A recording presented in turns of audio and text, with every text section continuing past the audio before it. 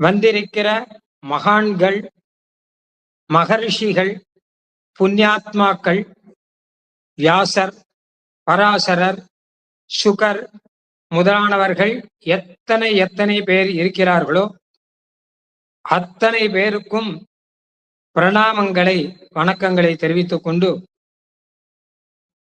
இங்கே கூடியிருக்கிறவர்கள் அனைவர்களுக்கும் கூட வணக்கங்களை தெரிவித்துக் கொண்டு, அடியன் விஷய பிரவேசம், விஷயத்துக்குள்ளே ஆரம்பிக்க போகிறேன். பாரதிய சாஸ்திர பரம்பரா, பாரதிய சாஸ்திர சாகரஹா என்கிற தலைப்பிலே இந்த செமினார் நடந்து கொண்டிருக்கிறது. உண்மையிலேயே பாரத தேசத்திலே இருக்கிற சாஸ்திரங்கள் ஒரு சாகரம், ஒரு சமுத்திரம் போல. இந்த பாரத தேசத்துக்குள்ளேயே எத்தனையோ பாஷைகள், மொழிகள், அதுபோல ஒவ்வொரு இடத்துக்கும் எத்தனையோ வித்தியாசங்கள் என்று இருப்பது போல நம்ம பாரத தேசத்துக்குள்ளேயே எத்தனையோ சாஸ்திர நூல்கள் வந்திருக்கின்றன. இதையெல்லாம் மொத்தமா சேர்த்தா சாகரம்னு தான் சொல்லணும்.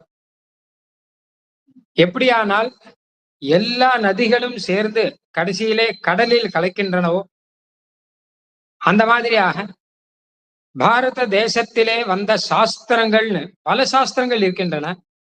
இதெல்லாம் சேர்ந்து கடைசியில கலக்கிற இடம், அதுதான் இந்த பாரதிய சாஸ்திர சாகரம் அப்படின்னு சொல்லலாம். ஒரு விதத்திலே பார்த்தால் வேதம் அதிலே எல்லாம் கலக்கிறது என்று சொல்ல முடியும். பௌத்தம், ஜெயினம் முதலானது தவிர மற்றவை எல்லாம் வேதத்திலே கலந்து நிற்கின்றன. இந்த மாதிரி ரீதியிலே இது ஒரு சாகரம், இது ஒரு பெரும் கடல். நாம கரையில நின்று வேடிக்கை பார்க்கலாம், அவ்வளவுதானே தவிர உள்ளுக்குள்ள போய் நன்னா இது பண்ணணும்னா அதுக்கு தனியா ட்ரைனிங் எடுக்கணும், அபியாசங்கள்லாம் வேணும். இருந்தால் கூட கரையிலிருந்து பார்த்தாலே சில விஷயங்களை நாம் தெரிந்து கொண்டால் அது உபயோகமாக இருக்கும், அது அழகாக ஆச்சரியமாக இருக்கும் என்பதற்காக இப்படி ஒரு தலைப்பிலே ஒரு செமினார், ஒரு கருத்தரங்கம் ஏற்பாடு செய்திருக்கிறார்கள். இதற்காக பாராட்டுதல்கள், அபிநந்தனங்கள் கொடுக்க வேண்டும். ஸ்ரீ சங்கரா ஆர்ட்ஸ் அண்ட் சயின்ஸ் காலேஜ் மூலமாக இந்த ஏற்பாடை செய்திருக்கும் போது இதை ஏற்பாடு செய்தவர்களுக்கும் ஒருங்கிணைப்பாளர்கள் யார் இருக்கிறார்களோ எல்லார்களுக்கும் அடியனுடைய நன்றி கலந்த தன்யவாதங்களை முதலிலேயே தெரிவித்துக் கொள்கிறேன். ஏனென்றால் எடுத்துக்கொண்ட விஷயம் மிக அற்புதமான விஷயம் என்கிறபடியினாலே, கடலிலே முத்து எடுப்பது போல இதிலிருந்து சில முக்கியமான விஷயங்களை மாத்திரம் எடுத்து சொல்ல வேண்டிய பொறுப்பு அடி உங்களுக்கு இருக்கிறது. இப்பொழுது எத்தனை எத்தனை விதமா இருக்கும் போதுதான் சாஸ்திரங்கள் எல்லாம் பல விதமா இருக்கு. பல பல சாஸ்திரங்கள் மாத்திரமல்ல, பல விதமா இருக்கு. இதெல்லாம் நம்ம எல்லாம் நினைத்து பார்க்க முடியாத ரீதியிலே எத்தனையோ நூல்கள் இருக்கின்றன. சுருக்கமா அடியான் ஒரு விஷயத்தை இங்க சொல்ல ஆசைப்படுறேன். நம்ம பாரத தேசத்துல கிட்டத்தட்ட ஒரு 500 வருஷம் முன்னாடி வரைக்கும், இப்பொழுது 2020 நடக்கிறது இல்லையா, ஒரு 500 வருஷம் முன்னாடி எடுத்துக்கோங்க, 1500 1600 அது வரைக்கும் நம்ம பாரத தேசத்துல படிப்பு அப்படின்னா சாஸ்திர படிப்பு தான். அதாவது உன்னத வித்யாபியாசம் சொல்வார்கள். உன்னத வித்யாபியாசம் சொல்ற ஹையர் எஜுகேஷன் அப்படின்னா அப்ப பாரதிய சாஸ்திரங்களை படிக்கிற சாஸ்திரத்துல பல விதம் இருக்கு. வேதங்கள், இதிகாச புராணங்கள், டெக்னிக்கல் ஸ்டடீஸ் என்று சொல்லக்கூடிய ரீதியிலே ஆயுர்வேதம், எக்கனாமிக்ஸ், மருத்துவம், அது மருத்துவம் தான் ஆயுர்வேதம், ஆயுர்வேதம், எக்கனாமிக்ஸ்னா அர்த்த சாஸ்திரம், லா அப்படின்னு சொல்லக்கூடிய தர்மசாஸ்திரங்கள், இது எல்லாமே மொத்தம் சம்ஸ்கிருதத்துல இருந்தது. எல்லாமே ஒரு 500 வருஷம் முன்னாடி வரைக்கும் உயர்ந்த படிப்பு அப்படின்னா சம்ஸ்கிருதத்துல பாரத தேசத்துல இந்த வித்தியைகள் எல்லாமே இருந்தது. இப்போ எல்லாம் மாறி இருக்கு, காலம் மாறி இருக்கிறது. எல்லாம் ஆங்கிலத்துல கிடைக்கிறது. அப்ப அதனால நம்முடைய செல்வம் இருக்கு இல்லையா, பழைய செல்வம், ட்ரெஷரின்னு சொல்லுவாளே, நிதி, அது உள்ளுக்குள்ள இருக்கிறது நமக்கு தெரிய மாட்டேங்கிறது. அதை தெரிய வைப்பதற்காக இந்த மாதிரியான விஷயங்கள் எல்லாம் ஆயோஜனம் பண்ணி ஏற்பாடு பண்ணி என்னென்ன விஷயங்கள் இருக்குன்னு தெரிய வைக்க வேண்டியது அவசியமாக இருக்கு, காலத்தின் தேவையாக இருக்கு. அந்த ரீதியிலே இந்த கருத்தரங்கு அற்புதமாக நடந்து கொண்டிருக்கிறது என்று நினைக்கிறேன். அதுக்கப்புறம் பலவிதமான இங்கிலீஷ் ஆங்கில கல்வி அப்படின்னு வந்தப்புறம் தான் அப்படியே மாறுறது மொத்தமாக. இது மாறின அப்புறம் என்ன ஆச்சு கேட்டா, நமக்கு சோர்ஸ் அப்படிங்கிறது ஆங்கிலேயர்கள் கொடுப்பதுதான் நமக்கு சோர்ஸ் அப்படின்னு ஆயிருக்கு இப்போ. அப்ப நமக்கு மூலத்துல நம்ம தேசத்துல முன்னோர்கள் அவர்கள் அஸ்ட்ரானமியில எத்தனை பண்ணியிருக்கிறார்கள், ஜோதிஷ சாஸ்திரத்தை பார்த்தா வானவியல்ல எத்தனை சொல்லியிருக்கிறார்கள், கணிதத்திலே எத்தனை சொல்லியிருக்கிறார்கள், ஆயுர்வேதத்திலே என்னென்ன சாதனைகள் செய்திருக்கிறார்கள், சுஸ்ருத சம்ஹிதை முதலானதிலே, அதெல்லாம் நமக்கே தெரியாமல் போகக்கூடிய ஒரு நிலைமை ஆகிவிட்டது. அதை மாற்றி ஓரளவு அதை பற்றி நாம் தெரிந்து கொள்ள வேண்டும் என்கிற ரீதியிலே ஏற்பாடுகள் பல செய்து கொண்டிருக்கிறார்கள். அதற்கு உறுதுணையாக இந்த கருத்தரங்கம் உதவும். இப்பொழுது பாரதிய சாஸ்திர சாகரத்திலே அடியன் இறங்கக்கூடிய ஒரு துறை. சாகரம்னா சமுத்திரம் தானே, சமுத்திரம்னா பீச்சில் இங்க இறங்கலாம், அங்க இறங்கலாம், அங்க இறங்கலாம், அப்படின்னு நிறைய இருக்கு இல்லையா. அடியனுக்கு இப்ப நான் இறங்க போகிற ஒரு துறை இதிகாச புராணங்கள் என்பது. வேதங்களை பற்றி சொல்லி இருக்கிறார்கள், ஆகமங்களை பற்றி பேசியிருக்கிறார்கள், இங்கே அதெல்லாம் கேட்டிருக்கிறோம். இப்போ இதிகாச புராணங்களை பற்றி அடியனுக்கு தெரிந்த வரை இந்த காலத்தில் எவ்வளவு முடியுமோ கொடுத்த காலத்தில் அதை மாத்திரம் அடியன் சொல்லுகிறேன். ஏனென்றால் பூர்ணமாக யாராலையும் சொல்ல முடியாது. 18 புராணங்கள் இருக்கு. 18 புராணங்களும் கரைச்சு குடிச்சவன் யாரும் உண்டுங்க? யாரும் கிடையாது. 18 புராணங்களை ஒரு தடவையாவது பார்த்திருப்போமா அப்படின்னா முடியாது, பார்த்திருக்க மாட்டோம். யாராலையும் பார்த்திருக்க வாய்ப்பு இல்லை, யாருக்கும் வாய்ப்பு கிடையாது. வேண்டாம், 18 புராணங்கள் வேண்டாம். இதிகாசங்கள் 2 இருக்கும் இல்லையோ, புராணங்களாவது 18 இருக்கு.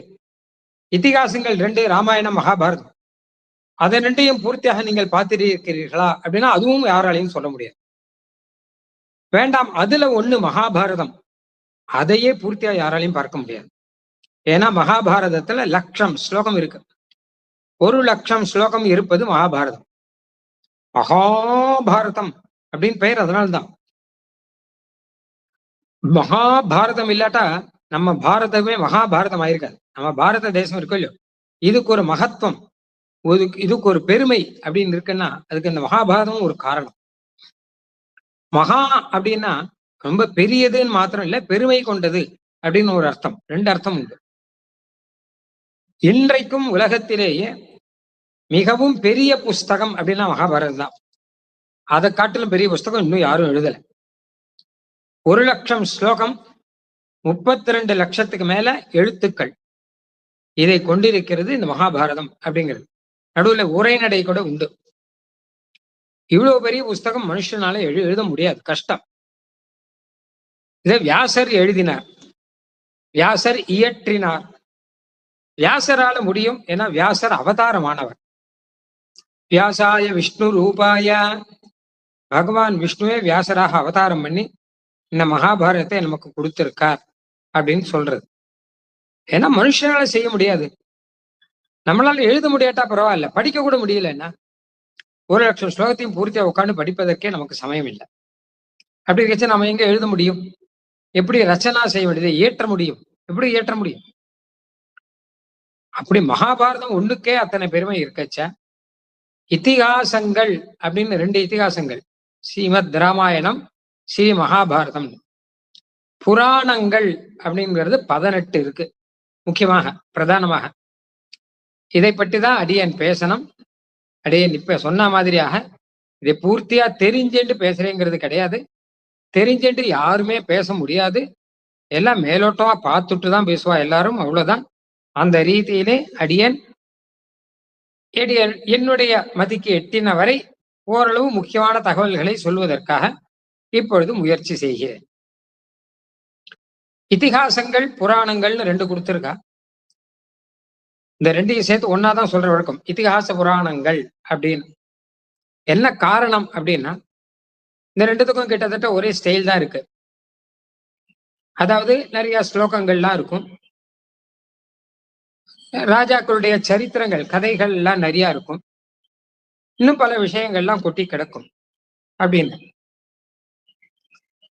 ஆனா கூட பாரத தேசத்துல 2 இதிகாசங்கள், ஸ்ரீமத் ராமாயணம் ஒண்ணு, மகாபாரதம் ஒண்ணு. இது ரெண்டையும் தனியா இதிகாசம்னு வச்சிருக்கா. அடுத்து அந்த 18 புராணம். அது தவிர இன்னொரு 18 இருக்கு. அதுக்கு உப புராணங்கள் அப்படின்னு பெயர். இது எல்லாம் சேர்த்தா சாகரம் தான், சமுத்திரம் தான் அப்படின்னு. இப்ப இது ரெண்டையும் ஏன் சேர்த்து வச்சிருக்கா அப்படின்னா, வேதத்தினுடைய அர்த்தத்தை இரண்டும் தெரிவிக்கின்றன. வேதத்தினுடைய அர்த்தத்துக்கு விளக்கமாக இருக்கின்றன அப்படின்னு சொல்றாங்க.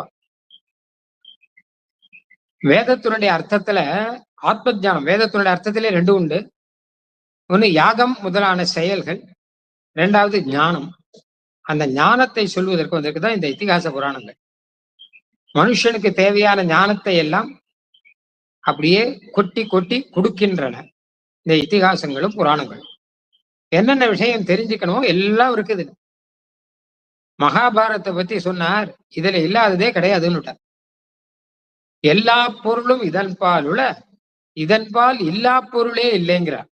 எல்லாம் இதுல இருக்கு, இதுல இல்லாததே கிடையாது. மகாபாரத்தை பத்தி தமிழ்ல சொல்றாரு. எதிகாஸ்தி ததன்யத்ர என் நேகாஸ்தி நதத் கொச்சித்துன்னு சமஸ்கிருதத்துல வரும். இது சகல விஷயங்களும் இருக்கு. மனுஷனுக்கு தேவையாக என்னென்ன தெரிஞ்சுக்கணும், தர்மம் எது, அதர்மம் எது, எதை செய்யலாம், எதை செய்யக்கூடாது, யாரோட கூட்டு சேரலாம், யாரோட சேரக்கூடாது, இதெல்லாம் மொத்தமும் இதுல இருக்கான். ஆக வேதத்திலே சொன்ன தர்மங்களுக்கெல்லாம் ஒரு விளக்கமாக இதிகாசங்களும் புராணங்களும் வந்திருக்கின்றன. அதனால வேத விளக்கம் அப்படின்னு வச்சுக்கலாம். இதே சமூகத்துல வேத உபபிரம்மணம் அப்படின்னு சொல்லுவார்கள். உபபிரம்மணம்னா விளக்கம்னு அர்த்தம். வேதத்தின் பொருளை விளக்குவதற்காக வந்திருக்கு. பொருளை விளக்கணும்னா என்ன பண்ணணும் கேட்டா, கதையா சொல்லணும். வெறும் வேதத்துல சொன்ன மாதிரி சொன்னா போறாது. தர்மங்கள் எல்லாம் வேதத்துல கதையா இருக்காது. தர்மங்கள் தர்மமாக ஒரு கட்டளையாக இருக்கும். இதை செய், இதை செய்யாதே அப்படின்னு. சத்தியம் வத, சத்தியத்தையே பேசு, உண்மையே பேசு. தர்மஞ்சர, நல்லதையே செய். அஹிம்சாத் சர்வா பூதானி, யாரையுமே ஹிம்சை பண்ணாதே, துன்புறுத்தாதே. இதெல்லாம் வேதத்துல இருக்கு. ஆனா இதிகாச புராணங்கள்ல இதே கதையா சொல்லும். சத்தியம் வத அப்படின்னா ஹரிச்சந்திரன் கதை புராணத்துல இருக்கு. ஸ்ரீராமனுடைய கதை இதிகாசத்துல ராமாயணத்துல இருக்கு. அந்த கதை மூலமா அந்த சத்தியத்தினுடைய உண்மையே பேசணும் என்பதனுடைய ஒரு முக்கியத்துவத்தை நமக்கு உணர்த்துகிறது. சிலதெல்லாம் கதையா சொன்னா நமக்கு சட்டுன்னு புரியும். ஆஜ்ஞையாக, கட்டளையாக சொன்னால் ஏத்துக்க மாட்டான். கதையா சொன்னா ஏத்துப்பான். நண்பன் சொல்லுகிற மாதிரின்னு வரும். வேதம் சொல்லுவது ராஜா சொல்ற மாதிரியா, இதிகாச புராணங்கள் சொல்வது நண்பன் சொல்ற மாதிரியா. ராஜா என்ன சொல்லுவார் அப்படின்னா, நீ இதை செய், இதை செய்யக்கூடாது அப்படின்னு கட்டளையிடுவார். என் கவர்மெண்ட்ல இதை யாரும் செய்யலாம், இதை செய்யக்கூடாது. நண்பனா இருக்க எப்படி சொல்லுவான்னா, அவன்கிட்ட ஒரு கதையை எடுத்து சொல்லி, அப்பா இந்த மாதிரிதான்ப்பா நானும் போன மாசம் இந்த மாதிரி நான் பண்ணேன், கடைசியில எனக்கு ரொம்ப கஷ்டமாயிடுது, நீ அப்படி பண்ணாத அப்படின்னு ஒரு சம்பவத்தையோ ஒரு கதையோ எடுத்து சொல்லி அவனுக்கு புரியும்படி, அதே விஷயம்தான், அதே விஷயத்த அவனுக்கு புரியும்படி சொல்லுவான். சத்தியம் வதாங்கிறது வேதம் சொல்ல கட்டளை. நான்று தம்பதே, போய் சொல்லவே கூடாது அப்படிங்கிறது வேதம் சொன்ன கட்டளை. ஆனால் அதே ஹரிச்சந்தன் கதை மூலமாக, ஸ்ரீராமன் கதை மூலமாக இதிகாச புராணங்கள் சொல்லும் போது நமக்கு புரியுது. சத்தியத்துக்காக இவ்வளவு கஷ்டப்பட்டிருக்கா, சத்தியம் இவ்வளவு சிரேஷ்டம் போல இருக்கு என்பதா நமக்கு புரியும். அதனால இதிகாச புராணங்கள் ஒரு நண்பனுடைய வார்த்தை போல, வேதம்ங்கிறது ஒரு அரச கட்டளை போல வேதங்கள் எல்லாம். அப்போ இது வேணும்.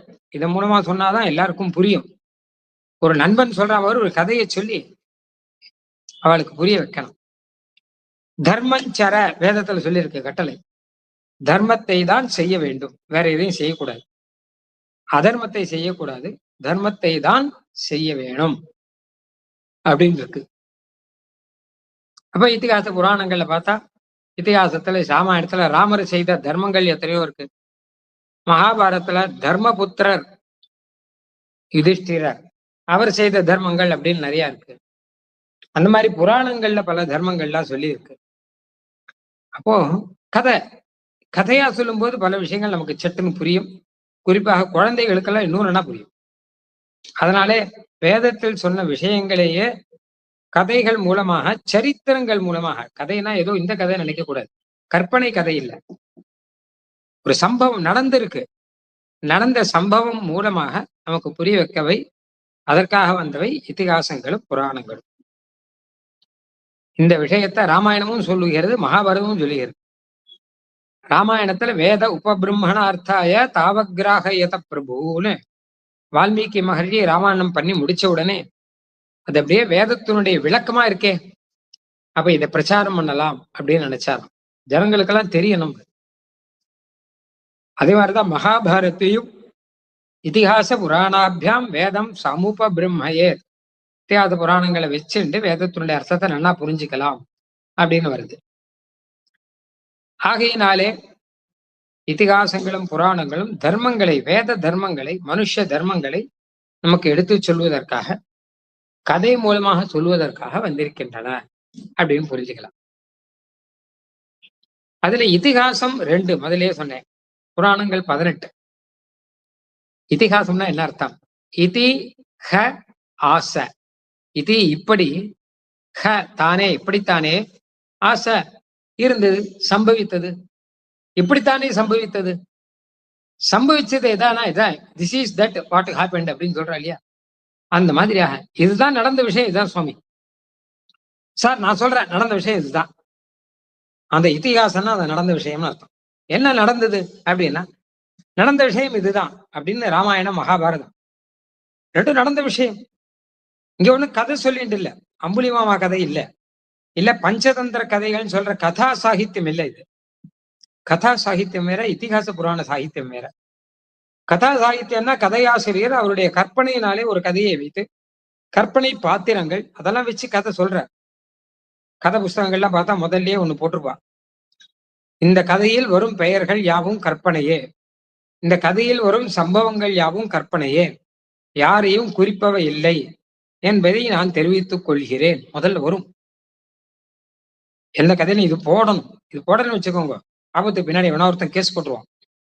என்னுடைய கதையை, எங்காத்து கதையை எடுத்துட்டு இவர் புஸ்தகமா போட்டாருன்னுவான். அதனால என்ன பண்றாங்கன்னா, இதெல்லாம் கற்பனை தான், யாரோட கதையை நான் எடுக்கல, இதெல்லாம் கற்பனை, கவி அந்த கதையாசிரியருடைய கற்பனையில் இது வந்திருக்கு, இங்க இருக்கிறதெல்லாம் கற்பனை தான், எல்லாம் பொய் தான், உண்மை கிடையாது, பொய் பொய் தவிர வேறில்லை அப்படின்னு அழகா எழுதுற முன்னாடி, கதைக்கு முன்னாடி. இல்லாட்ட சில சமயம் சிக்கல்ல மாட்டிக்க வேண்டியதா இருக்கு. இதுக்கு நேர் எதிராக இதிகாசங்கள்ல என்ன எழுதியிருக்காங்கன்னா, இங்கே சொல்லக்கூடிய விஷயங்கள் எல்லாம் மெய்தான், இதில் பொய்யே கலந்தது கிடையாது, சத்தியம் சத்தியம் சத்தியம்தான், பொய் கிடையாதுன்னு சொல்லியிருக்கா ராமாயணத்துல. நதேவா கனுதா காவ்யே காச்சித் அத்திர பவிஷ்யதி, பொய்யானதுன்னு எதுவுமே கிடையாது. என்னென்ன சம்பவங்கள், ராமன் இருந்த சம்பவம், ராமன் காட்டுக்கு போன சம்பவம், காட்டிலே நடந்த சம்பவம், இலங்கைக்கு போன சம்பவம், என்னென்ன இருக்கோ இது எல்லாமே மெய் தானே தவிர இதில் பொய் கலப்பே கிடையாது அப்படின்னு சொல்லியிருக்கு. ஆக இந்த நவீன கால கற்பனை இல்லை, நவீன காலம் இல்லை, முன்காலத்திலேயே கதா சாகித்யம்னு ஒண்ணு உண்டு. பஞ்சதந்திர கதா, ஹிதோபதேச கதா, பிருகட் கதா சாகரம், கதைகள்லாம் நிறைய உண்டு. இதிகாச புராணங்கள்லாம் கதைகள் கிடையாது, கற்பனை கதைகள் அல்ல, ஹிஸ்டரி அப்படின்னு சொல்லணும், சரித்திரம் எல்லாம். அதனால அதை வைத்துக் கொண்டு வேதத்தினுடைய அர்த்தத்தை புரிந்து கொள்ள வேண்டும் என்பதற்காக, அதாவது தர்மம், வெறும் சரித்திரம்னா வெறும் சரித்திரத்தை சொல்லிட்டு போல, தர்மம் அதுல நமக்கு பாடம் இருக்கு. மகான்களுடைய சரித்திரம், இதிகாச புராணங்களை சொன்ன ராஜாக்கள் எல்லாருமே நல்ல ராஜாக்கள், அவளுடைய கதையை சொல்றாளே தவிர ஏதோ ஒண்ணுமில்லா வந்தான் போனான் அப்படின்னு அந்த கதையெல்லாம் சொல்ல மாட்டேன். அதனால இதீக ஆசை, இப்படிதான் நடந்தது, இப்படிதான் இருந்தது அப்படிங்கிற அப்படின்னால, உண்மையை சொல்ற அப்படின்னால இதிகாசன் பெயர். புராணம்னா என்னன்னு கேட்டோம்னா, புறா முன்னாடி நடந்தது அப்படின்னு அர்த்தம். இப்ப நடந்தது இல்ல, நான் ஏதோ போன நூற்றாண்டோ அதுக்கு முன் நூற்றாண்டுலயோ நடந்த கதையை சொல்லல, ஒரு 2000 4000 5000 10,000 வருஷம் முன்னாடி நடந்த கதையை பேசிட்டு இருக்கோம் அப்படின்னு புராணத்தினுடைய தாற்பயம் அது. புராண கதைகள்லாம் பார்த்தோம்னா ஏதோ இப்போ வந்த கதை இல்லை. அதெல்லாம் 100 வருஷம் 200 வருஷம் முன்னாடி ஹிஸ்டரி எழுதி வச்சிருக்கா இல்லையா, அந்த மாதிரி ஹிஸ்டரி கிடையாது இது. என்னைக்கோ எப்போ நடந்தது. புறா அப்படின்னா பண்டு ஒரு நாள் அப்படின்வா. அந்த மாதிரி பண்டுன்னு சொல்லுவா தமிழ்ல. முன்பு இல்ல, பண்டு, முன்னாடி வருஷம் எப்போ முன்னாடி நடந்த சம்பவம். அதான் புராணம்னா ரொம்ப பழசுங்கிற அர்த்தம். இன்னொரு அர்த்தம் புறானா பழசா இருக்கு, நம்னா நவம்னு அர்த்தம். நவம்னா புதுசாவும் இருக்கு, பழசாவும் இருக்கு, புதுசாவும் இருக்கு. அப்படின்னு என்ன அர்த்தம்னா, இதுல சொல்லி இருக்கிற சம்பவங்கள்லாம் பழசா இருக்கு, ஆனா அதனுடைய பிரசக்தின்னு ஒண்ணு இருக்கு இல்லையா, நிகழ்காலத்திலே அந்த அதனுடைய ஒரு தொடர்பு, ஒரு சம்பந்தம், அது புதுசா இருக்கும். ஏன்னா என்னன்னைக்கும் நமக்கு உபயோகப்படும். என்னைக்கோ நடந்த கதை தானே, இன்னைக்கு நமக்கு என்ன அப்படின்னு விட்டுட முடியாது. இன்னைக்கு நமக்கு வேண்டிய பல குண பாடங்கள், பல நீதி நெறிகள், நம் வாழ்க்கையில நம்ம எப்படி நடக்கலாம் அப்படிங்கிறதுக்கு எல்லாம் அதுல இருக்கு. புராண கதைகள்லாம் பார்த்தா தெரியும், இதிகாச கதைகளை பார்த்தா தெரியும். அகத்துக்குள்ளேயே ஒரு அண்ணா தம்பிகள் பங்காளி சண்டையெல்லாம் வந்தா எப்படி நடக்கணும், யார் தர்மாத்மா, இதெல்லாம் மகாபாரதத்துல இருக்கு. அந்த மாதிரியாக அண்ணா தம்பிகள் எல்லாம் எப்படி இருக்கணுங்கிறது ராமாயணத்திலயும் இருக்கு. ஏன்னா அங்கேயும் 4 அண்ணா தம்பி எல்லாம் இருக்கா. ஒரு குடும்பம்னா எப்படி இருக்கணும், ஒரு உறவுக்காரர்கள்லாம் எப்படி இருக்கணும், ஒரு வெளியில சொசைட்டியில எப்படி பழகணும், இதெல்லாம் தான் இதிகாச புராணங்கள்ல பார்த்து நம்ம தெரிஞ்சுக்கணும். இதெல்லாம் வெறும் கதை அப்படின்னு இல்லாம அவளுடைய சம்பவமானது நமக்கு பாடமாக இருக்கு. அதனால நவம் அப்படின்னா இன்றைய காலத்திலே அதனுடைய ரெலவன்ஸ், பிரசக்தி இருக்கு இன்னைக்கும். அப்படிங்கிறபடினாலே புறா நவம், புராணம் அப்படின்னு வந்திருக்கு. இதிகாசம் இப்படிதான் சம்பவித்ததுங்கிறபடினால இது சத்தியம், இது எல்லாமே மொத்தமே சத்தியம், உண்மையா நடந்தது அப்படிங்கிற அர்த்தத்துல இந்த இதிகாச புராணங்கள் இருக்கு. இதன் மூலமாக பல தர்மங்களை எல்லாம் நாம் தெரிஞ்சுக்கிறோம், எப்படி நடக்கலாம் எப்படி நடக்கக்கூடாதுங்கிறதெல்லாம் தெரிஞ்சுக்கிறோம். அதனால்தான் புராண பிரவச்சனங்கள்லாம் நிறைய இன்னைக்கும் நடக்கிறது. புராணங்களை வச்சு பிரவச்சனங்கள்லாம் பண்றாங்க. ராமாயணம், இதிகாசம், ராமாயண மகாபாரதங்கள்லாம் நிறைய பேர் பாராயணம் பண்ணிட்டு இருக்கா, பிரவச்சனம் பண்ணிட்டு இருக்கா, கேட்டு இருக்கா, அதை கடைபிடித்துக் கொண்டிருக்கிறார்கள் அப்படின்னு. அப்படி வேத அர்த்தத்தை தொகுத்து கொடுத்து அதை நமக்கு புரியும்படியாக கதை மூலமாக கொடுத்து நம் மனசிலே அதை புரிய வைத்து நம் வாழ்க்கையை செழுமையாக்குவதுதான் இதிகாச புராணம் அப்படின்னு ஆச்சு. இதுல இதிகாசங்கள் 2, ராமாயணம் மகாபாரதம் ரெண்டுமே ரொம்ப பெருசு. ஸ்ரீமத் ராமாயணம்ங்கிறது 24,000 ஸ்லோகம், மகாபாரதம் தான் 1,00,000 ஸ்லோகம் அப்படின்னு ஏற்கனவே பார்த்தோம் நாம. ராமாயணம் நிறைய பாராயணங்கள்ல இருக்கு. மகாபாரதம் மொத்தமா பாராயணம் பண்ணுவதே ரொம்ப சமயம் எடுக்கும், ரொம்ப நாள் எடுக்கும், மாச கணக்குல போகும். அது ராமாயணங்கள் நிறைய பேர் பாராயணம் பண்ணிட்டு இருக்கா.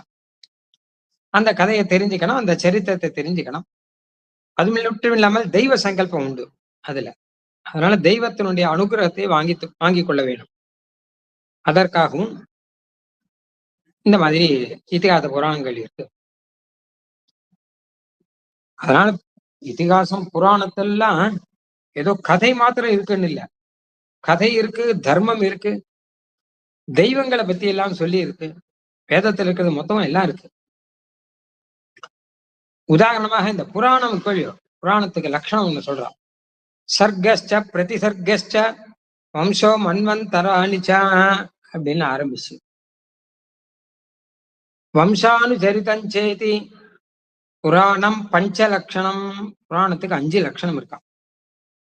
ஒண்ணு சர்க்கஹான சிருஷ்டின்னு அர்த்தம், மனுஷ சிருஷ்டி எப்படி வந்தது, முதல்ல பகவான் எப்படி சிருஷ்டி பண்ணார், இந்த விஷயம் இருக்கு. 2 பிரதிசர்க்கஹான பிரளயஹான்னு அர்த்தம், மனுஷ சர்க்கத்தை எப்படி கைவிட்டார் அப்படின்னு, மனுஷனுடைய சிருஷ்டியை எப்படி கைவிட்டார். 3வது வம்சஹா, அந்தந்த ராஜாக்களை பத்தி சொல்லிச்சா வம்சம் பூர்த்தியா சொல்லும். 4வது மன்வந்தராணி, மன்வந்தராணி அப்படின்னா அது ஒரு காலம், பல யுகங்கள்லாம் ஆனப்புறம் அடுத்த யுகம் வரத்துக்கு முன்னாடி நடுவில் மன்வந்தர காலம். இதெல்லாம் இதிகாச புராணத்துல கணக்கெல்லாம் போட்டு சொல்லியிருக்கான். அதனால சர்க்கஸ்ச பிரதிசர்க்கஸ்ச வம்சோ மன்வந்தராணிச்ச வம்சானுசரிதஞ்சேதி புராணம் பஞ்சலட்சணம் புராணத்துக்கு 5 லட்சணம். சிருஷ்டி, பிரளயம், வம்சம், மன்வந்தராதி 4வது, வம்சானுச்சரிதம், இந்த வம்சத்துல தொடர்ந்து வந்தவாளுடைய கதை, இது எல்லாமே மொத்தமுமே இருக்கும்.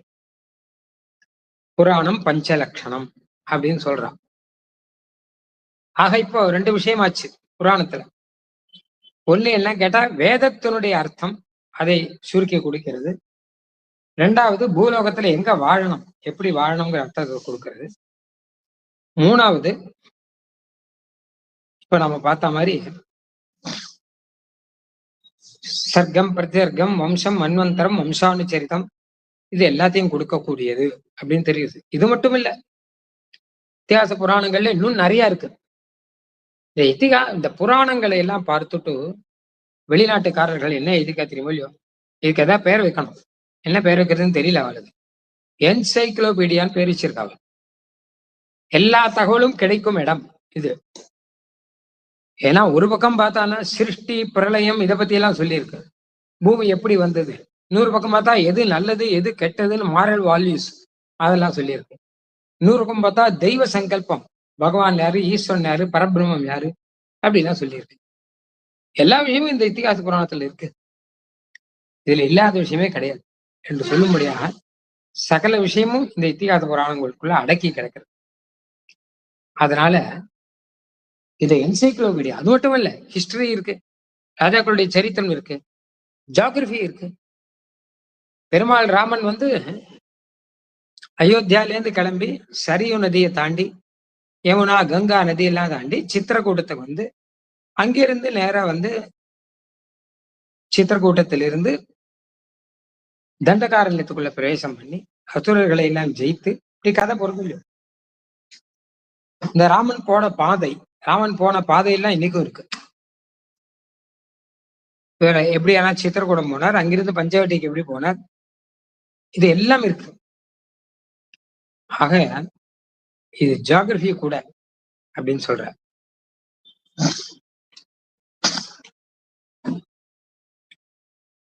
சிருஷ்டி முதலானது சொல்றது ஹிஸ்டரி இருக்கு, ஜியாகிரபி இருக்கு, தர்மசாஸ்திரங்கள்லாம் இருக்கு, தேவர்கள் யாரு, அவருடைய பரிவாரங்கள் யாரு, இந்த விஷயங்கள்லாம் மொத்தமும் இருக்கு. அப்போ இத மொத்தமா என்சைக்ளோபீடியான்னு தான் சொல்லணும் அப்படின்னு சொல்றது. சரி, இப்ப ஸ்ரீமத் ராமாயணத்திலே 24,000 ஸ்லோகம் அப்படின்னு பார்த்தோம். அது ரொம்ப பிராச்சீனமானது. சம்ஸ்கிருதத்துல ஆதி காவியம் அப்படின்னு பெயர். ராமனுடைய சரித்திரத்தை சொல்லுவது. நிறைய பேருக்கு இது தெரிஞ்சிருக்கும். ஏன்னா ராமாயணம் எல்லா மொழியிலுமே மொழிபெயர்த்திருக்கா. இல்ல அட்லீஸ்ட் அவ ஒரு ராமாயணம் பாடியிருக்கா.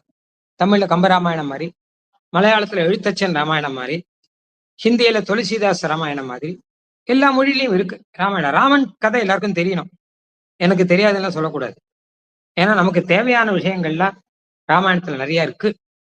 எல்லாம் சத்தியமா நடந்த விஷயங்கள் வேற, கட்டாயம் எல்லாரும் தெரிஞ்சுக்கணும் அப்படிங்கிறதுக்காக எல்லா பாஷையிலையும் எழுதிட்டு இருக்கான். இன்னைக்கும் எழுதிட்டு இருக்கான், இன்னைக்கும் சினிமாவை எடுத்துட்டு இருக்கா. இன்னைக்கும் ராமாயணம் சினிமா அப்படின்னு வரப்போறதுங்கிறான். அது தேவை, அது கட்டாய தேவை மனுஷ குலத்துக்கு. மனுஷர்கள் எல்லாரும் கட்டாயம் படிக்க வேண்டிய கதை ஸ்ரீராம திவ்ய கதா என்பது. வால்மீகி அழகான காவியமா கொடுக்கிறார். சம்ஸ்கிருதம் முதல் காவியம் அது. ராமாயணத்துக்கு ஆதி காவியம் பெயர், வால்மீகிக்கு ஆதி கவியின் பெயர். சம்ஸ்கிருதத்துலன்னா பாரத தேசத்திலே இதான் ஃபர்ஸ்ட். பாரத தேசத்துல இதுக்கு முன்னாடி வேற காவியங்கள்லாம் கிடையாது.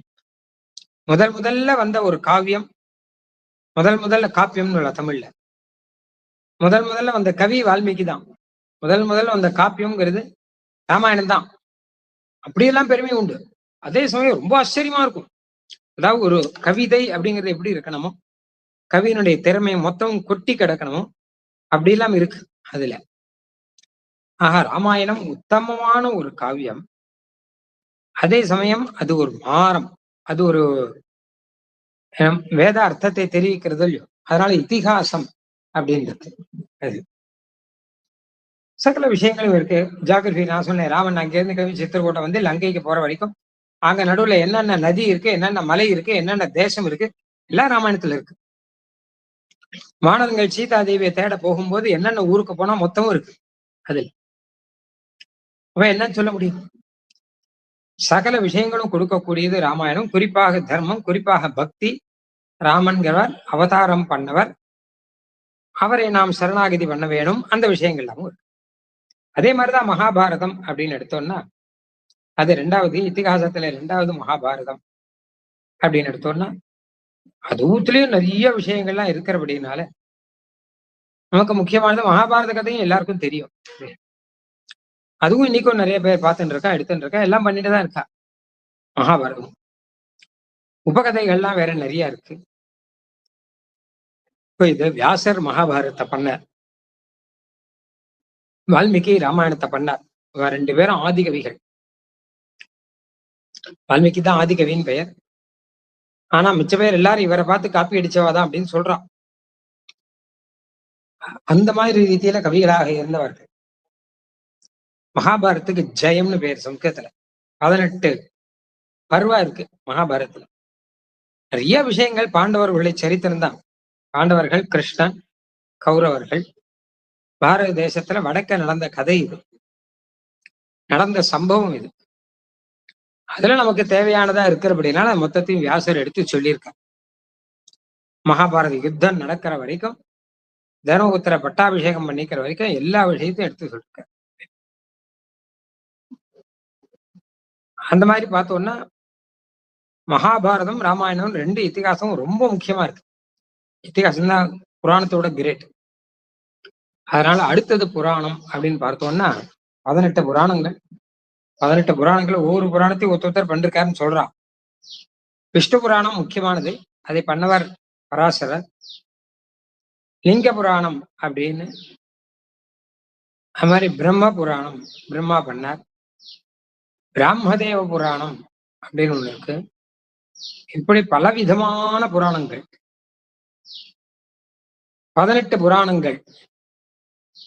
கிட்டத்தட்ட இந்த இத்திகாசங்கள் வந்தப்புறம் புராணங்கள் வர ஆரம்பிச்சிருக்கு அப்படின்னு சொல்றா. இத்திகாசங்கள் வந்து முடிஞ்சப்புறம் புராணங்கள் பண்ண ஆரம்பிச்ச. ஆனா இவெல்லாம் பண்ணாலே அது அத்தனை தொகுத்தவர் ஒருத்தர் இருக்கணும் இல்லையா, அவர் தான் வியாசர்.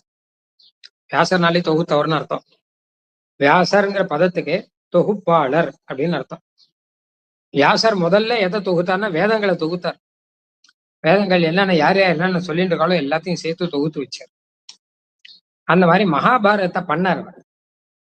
புராணங்களை எல்லாம் தொகுத்து வச்சார். அவாவா பண்ண புராணங்கள் என்னென்ன இருக்கோ அதெல்லாம் எடுத்து அதெல்லாம் தொகுத்து, இது விஷ்ணு புராணம், இது லிங்க புராணம், இது வாயு புராணம், இது ஸ்காந்த புராணம் அப்படின்னு தனித்தனியா எடுத்து கொடுத்துருக்காரு. இதுலயும் முன்னாடி கதைகள் தான், நிறைய கதைகள். அதே சமயம் சயின்ஸ், ராஜ சரித்திரங்கள், தர்மங்கள் எல்லாமே இருக்கு, மொத்தமும் சேர்ந்து இருக்கு. மகாபாரதத்துல 18 பர்வா, 1,00,000 ஸ்லோகம். இதோட கூட ரொம்ப சிரேஷ்டமாக இருக்கு அப்படின்னு பார்த்தோம். 18 புராணங்கள் தான் ரொம்ப பிரசித்தம். அதுக்கப்புறம் இன்னொரு 18 இருக்கு, அதுக்கு உப புராணங்கள்னு பேர். அது அவ்வளவு பிரசித்தம் இல்லை, இருந்தா கூட இருக்குன்னு தெரிஞ்சுக்கணும். ஏன்னு கேட்டா நிறைய இருக்கு சம்ஸ்கிருதத்துல, முடிவுங்கிறதே கிடையாது. முடிவு இல்லாமல் ஏகப்பட்ட வித்தியைகள் இருக்கின்றன. அந்த ரீதியில மகாபாரதம் அப்படிங்கிறது இப்ப என்ன பண்ணா, ஒரு ஒரு புஸ்தகத்தை ஒருத்தர் எப்படி எழுத முடியும்? மகாபாரதம் அளவு ஆயுஷே போறாதே அப்படின்னா அதுக்கு கதையெல்லாம் சொன்னா இல்ல இல்ல, பிரம்மா வரம் கொடுத்திருக்கார், அவர் எழுதியிருக்கார். அதுவும் இல்லாம விஷயங்கள்ல சிம்பிளா இருக்கும். ராமாயணத்துல மகாபாரதத்துல ரெண்டுலுமே சிம்பிளா இருக்கும். சிம்பிளா சொல்றான் அப்படிங்கிற அர்த்தத்துல வருது. இப்படி ராமாயணம் மகாபாரதம் இத்திகாச புராணத்துல பிரதானமாக இப்போ புராணங்கள்ல இத்திகாசம் ரெண்டு தவிர புராணங்கள் அதை பத்தி இப்படி மெதுவா பார்த்துடும். புராணங்கள்ல முக்கியமானது விஷ்ணு புராணம். மொத்தம் 18 புராணம் இருக்குன்னு சொல்லிருக்கேன். அதை பலவிதமாக பிரித்திருக்கிறார்கள். அதிலே முக்கியமானது விஷ்ணு புராணம், ஸ்ரீ விஷ்ணு புராணம், பராசர அருளி செய்தி, விஷ்ணுனுடைய மகாத்மியம். ரெண்டாவது முக்கியம்னு சொன்னா பாகவதம். ஏன்னா இது ரெண்டுக்கும் இப்ப பிரச்சாரம் இருக்கு, நிறைய பிரச்சாரம் இருக்கு இது ரெண்டுக்கும். அதை தவிர இன்னும் பல புராணங்கள், இதனுடைய லிஸ்ட் எல்லாம் விடுவாங்க.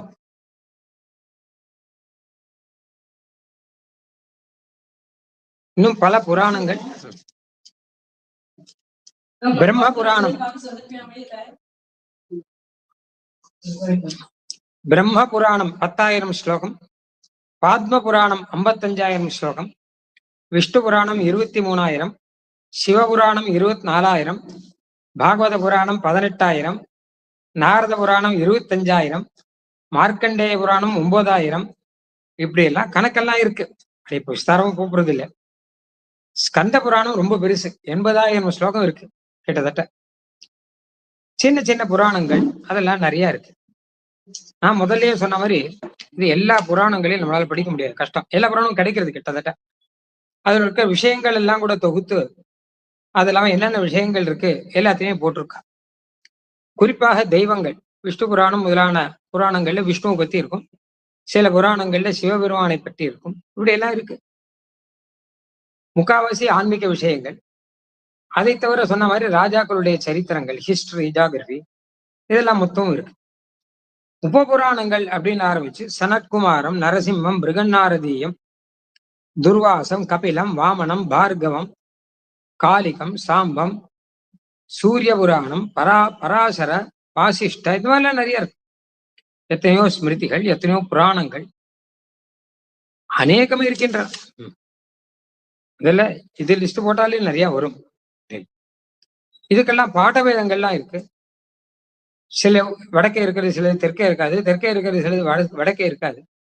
இதுக்கெல்லாம் ஒண்ணுத்துக்கும் கரெக்டான காலங்கள்லாம் சொல்ல முடியாது, கஷ்டம். ஏன்னா இவ்வளவு சமப்பட்டு பாக்குறான். எல்லாமே ரொம்ப பிராச்சீனம் அப்படின்னு வச்சுக்கலாம், ரொம்ப பழசானது அப்படின்னு வச்சுக்கலாம். பகவானை பத்தி சொல்றதுல விஷ்ணு புராணமும் பாகவதமும் முன்னாடி இருக்கு. அப்படின்னால அதை மகான்கள்லாம் பெரிய அளவுல கையாண்டிருக்கிறார்கள். அக்னி புராணம் ஒண்ணு இருக்கு, ஆக்னேயம் அப்படின்னு சொல்லுவா. அதுல வாஸ்து, மெடிசின், அதாவது ஆயுர்வேதம் முதலானது, அப்புறம் வியாக்கரணம், அப்புறம் சாகித்யம், காவியங்கள் எல்லாத்தையும் இருக்கு அதுல. அக்னி புராணம் பார்த்தா வேடிக்கையா இருக்கும். எத்தனையோ விஷயங்கள் அதெல்லாம் இருக்கு நிறைய. இப்போ பக்தியை சொல்லக்கூடிய புராணங்களுக்கு இப்போ இந்த காலத்துல பிரச்சாரம் நிறைய இருக்கு. நிறைய பேர் பாராயணம் பண்ற, நிறைய பேர் பிரவச்சனம் பண்ற, இதெல்லாம் நடந்துட்டு இருக்கு. இதன் மூலமாக வேதத்தினுடைய அர்த்தம் கிடைக்கிறது அப்படிங்கிற காரணத்தினாலே, எத்தனையோ தர்மங்களை எல்லாம் வேற சொல்லி இருக்கு அப்படிங்கிற காரணத்தினாலே, லோகத்துக்கு தேவையான இதெல்லாமும் நிறைய நீதி நெறிகள் எல்லாமும் நிறைய இருக்கு அப்படிங்கிறத பார்த்தோம். அதெல்லாமும் இந்த புராணங்கள்ல இருக்கு. எல்லா புராணங்களையும் மேலோட்டமா தெரிஞ்சுட்டா கூட குறிப்பாக தெரிந்து கொள்ள வேண்டியவை ராமாயணமும் விஷ்ணு புராணமும், இல்ல பாகவதம். ராமாயணம் பாகவதம் வச்சுப்போம். ராமாயணம் ராமர் கதை, பாகவதம் கிருஷ்ணர் கதை. வெறும் கதைன்னு மட்டும் இல்லாமல் ராமாயணத்திலே தர்மங்களும் பாகவதத்திலே பக்தி பாவமும் குட்டி கிடைக்கிறது. அதனால ஒரு அண்ணா தம்பி எல்லாம் எப்படி நடந்துக்கணுங்கிறத ராமன், லக்ஷ்மணன், பரதன், சத்ருகுணன் இவாள்கிட்ட இருந்து கத்துக்கலாம். பலவிதமாக எப்படி ஆனா ராவணன் அப்படின்னா ராவனுடைய தம்பி ஒருத்தன் கும்பகர்ணன், ராவணன் கூடயே இருக்கிறவன். விபீஷணன் ராவணனை விட்டு போய் நல்ல இடத்துக்கு போய் சேர்றேன்னு சேர்ந்தவன். இப்படி பலவிதமா இருக்கா அண்ணா தம்பிகள்லாம். லக்ஷ்மணன் ராமனோட கூட காட்டுக்கு போற தம்பி, அண்ணா விட்டு பிரிய மாட்டேன் அப்படின்னு. பரதன் அண்ணா என்ன சொன்னாலும் கேட்பேன் அப்படிங்கிற. ஒருத்தரும் ஒரு மாதிரி. வாலி சுக்ரீவன் அண்ணா தம்பி சண்டை போட்டு இருக்கா. எல்லாமே இருக்கு மகாபாரதத்துல. பங்காளிகள் சண்டையே இருக்கு. எல்லாத்தையும் முன்னாடி வைக்கிற, உங்களுக்கு எது வேணுமோ அதை எடுத்துக்கோங்க, எது நல்லதுன்னு தோணித்தோ அதை எடுத்துக்கோங்க. ஆனால் வாழ்க்கைக்கான பாடம் இருக்கு, தர்மம் இருக்கு, வேதாந்தம் இருக்கு, பக்தி இருக்கு, மொத்தமும் இருக்கு இதிகாச புராணங்கள்ல. ஆகினாலே இதிகாச புராணங்களை கொண்டு வேதங்களை விளக்க வேணும், இல்லாவிட்டால் ஆபத்துன்னு சொல்லியிருக்கார் வியாசர். வியாசர் தானே எல்லாத்துக்கும் மூலம். வியாசரை ஸ்மரிச்சுட்டு தான் எல்லாம் சொல்லணும், இல்லாட்டால் ஆபத்து. ஏன்னா தப்பா அர்த்தம் புரியும். கதையை தப்பா புரிஞ்சுக்கிறவா ஹரிச்சந்திரன் கதையை கேட்டுட்டு இதுல இருந்து என்ன தெரியுதுன்னு கேட்டா, சத்தியமே சொல்லணும்னு தெரியணும். ஆனா இவன் என்ன புரிஞ்சுன்னா, சத்தியம் சொன்னா கஷ்டப்படணும், பொய் சொன்னா பிழைக்கலாம் அப்படின்னு தெரிஞ்சுனா என்ன ஆபத்து. ஆனால் ஒரு நண்பன் சொல்லுகிற ரீதியிலே தர்மங்களை எடுத்துச் சொல்வதற்காக இதிகாச புராணங்கள் நமக்கு இன்னைக்கும் தர்ம நெறியை காண்பித்துக் கொண்டிருக்கின்றன. இன்னைக்கும் பாரத தேசத்திலே ஒருவனுக்கு ஒருத்தி அப்படின்னு ஒரு சிஸ்டம் இருக்குன்னா அதுக்கு காரணம் ராமாயணம் தான். ஏன்னா ராமனும் சீத்தையும் அப்படி வாழ்ந்து காட்டினார்கள் என்பதாக தெரிகிறது. இந்த மாதிரி ரீதியிலே நமக்கு பல தகவல்கள் கொடுக்க வேண்டி இருந்தாலும் சுருக்கமாக நான் சில விஷயங்களை இப்பொழுது விஞ்ஞாபனம் செய்து கொண்டேன், விண்ணப்பம் செய்து கொண்டேன். சமயம் 1:20 ஆகிறபடினாலே எல்லாருக்கும் மறுபடியும் தன்யவாதங்களை சொல்லிக்கொண்டு, இங்கே கலந்து கொண்டிருக்கிற எல்லாருக்கும் கூட தன்யவாதங்களை சொல்லிக்கொண்டு விடைபெறுகிறேன். கவிதார்க்கிக சிம்ஹாய கல்யாண குணசாலினே ஸ்ரீமதே வெங்கடேசாய வேதாந்த குரவே நமஹ.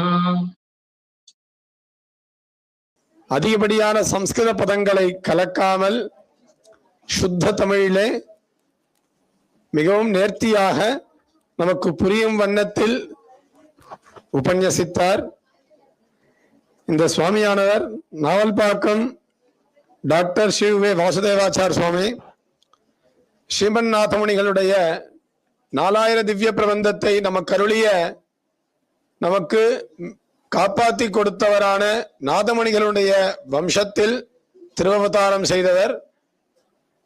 நம்மாழ்வார் எழுதிய திருவாய்மொழியின் முதல் வியாக்கியானமாக இருக்கக்கூடிய திருவாராயிரப்படி என்கிற நூலினுடைய கர்த்தாவான திருக்குறுகை பிரான் பிள்ளான் என்கிற சுவாமியினுடைய திருவம்சத்திலே அவதாரம் செய்து நாவல்பாக்கம் என்கிற ஸ்ரோத்ரிய அக்ரஹாரத்திலே இவர் திருவவதாரம் செய்தார். இந்த சுவாமியினுடைய பெருமை ஒருவராலும் வாயால் சொல்லி தீர்க்க முடியாத விஷயங்கள். இந்த சுவாமியானவர் retired dean and professor Shri Sankaracharya university of Sanskrit Thiruvananthapuram, கேரளாவிலே இருக்கக்கூடிய திருவனந்தபுரத்திலே சங்கராச்சாரியருடைய யூனிவர்சிட்டியில் சம்ஸ்கிருத விபாகத்தில் டீனாக பணியாற்றி ஓய்வு பெற்றவர். இவர் ஓய்வு பெற்றார் என்கிற பதத்தை இப்பொழுது நான் உபயோகிக்க கூடாது. அனைவரும் ரிட்டையர் ஆன பிற்பாடு ஓய்வு எடுத்துக் கொள்ளலாம் என்று இருப்பார்கள். ஆனால் இவருடைய விஷயம் ரிட்டையர் ஆனதுக்கு அப்புறம் அதிகமான காரியமாக, அதிகமான தர்ம பிரச்சாரமாக ஆரம்பித்து பல இடங்களிலே உபன்யாசம், நித்தியம் தன்னுடைய கிரகத்திலே கிரந்த சதுஷ்டய காலக்ஷேபம், அதாவது ஸ்ரீ வைஷ்ணவ சம்பிரதாயத்திலே இருக்கக்கூடிய கிரந்தங்களை, விசிஷ்டாத்வைத கிரந்தங்களை உபதேசம் செய்வது, ஸ்ரீபாஷ்யம் முதலிய 4 கிரந்தங்களை உபதேசம் செய்வது சிஷ்யர்களுக்கு என்கிற பாடம் சொல்வதே தன்னுடைய புருஷார்த்தமாக நினைத்து கொண்டும் பல திவ்யதேசங்களிலே எம்பெருமானுக்கு வேத பாராயணாதி கைங்கரியங்களை செய்து கொண்டும் மிகவும் சாந்தராய் நமக்கு அனுகிரகம் செய்து கொண்டு எழுந்தொழி இருக்கக்கூடிய மகான் இந்த சுவாமியானவர். இவர் சாதாரணமாக நம்முடைய கல்லூரிக்கு இந்த இத்தருணத்திலே வந்து நமக்கு உபன்யசித்த இந்த விஷயங்களை பார்த்து இவருடைய சௌஷீல்யாதி வாத்சல்யாதி குணங்களை நாம் அனுபவித்தே தீர வேண்டும். மிகவும் சாந்த குணத்தோடு மிகவும் கருணையோடு இருக்கக்கூடிய மகானானவர் இவர். இவருடைய திருவாயால் இதிகாச புராணங்களினுடைய மேன்மையை நாம் அறிந்தோம். ராமாயணத்தினுடைய வைபவத்தையும் மகாபாரதத்தினுடைய வைபவத்தையும் 18 புராணங்களுடைய மகத்துவங்களையும் இப்பொழுது பிரசித்தமாக இருக்கக்கூடிய புராணங்களினுடைய விஷயங்களையும் 18 உப புராணங்களையும் போன்ற பல விஷயங்களை நமக்காக எடுத்துரைத்து நம்மை அனுகிரகித்தார். அந்த சுவாமியுடைய திருவடி வாரத்திலே கிருத்தஜ்ஞதா பூர்வகமான ஒரு தன்யவாதங்களை தெரிவித்துக் கொள்கிறோம். மகான் தன்யவாதா.